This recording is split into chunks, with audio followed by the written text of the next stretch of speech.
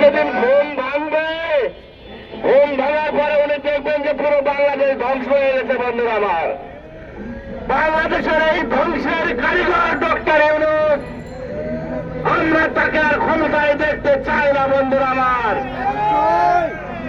তফসিল ঘোষণা হয়েছে, তফসিল ঘোষণার পরের দিনে ইনকিলাব মঞ্চের হাদিকে গুলি করা হয়েছে এবং সেই হত্যাকারীকে পালাতে সাহায্য করেছে এই সরকার। বন্ধুরা আমার, তারা পালাতে সাহায্য করে এদেশে ভারত বিদ্বেষ তৈরি করে সংখ্যালঘু সন্তানের উপরে নির্যাতন নিপীড়নের মাধ্যমে সারা বাংলাদেশে সংখ্যালঘু সন্তানের নীল নকশা বাস্তবায়ন করতে চায়।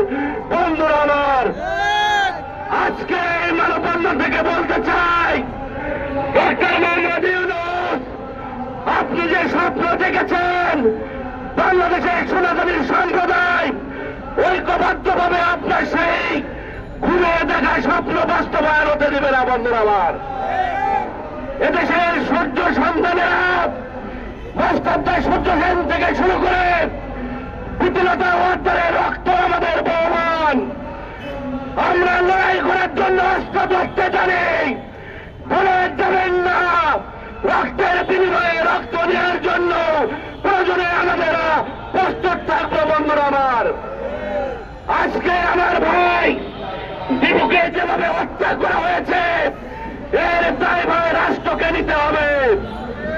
আজকে শেখ হাসিনার আমলে হত্যাকাণ্ডের যদি মামলা শেখ হাসিনার বিরুদ্ধে হয়, আজকে এই রাষ্ট্রে দীপুকে জ্বলন্ত হত্যার জন্য আপনার বিরুদ্ধেও একদিন মামলা হবে। বন্ধুরা আমার, সেই মামলায় আপনাকে বিচারের কাঠ করায় দাঁড় করাবে এই বাংলাদেশের সনাতনী সম্প্রদায়।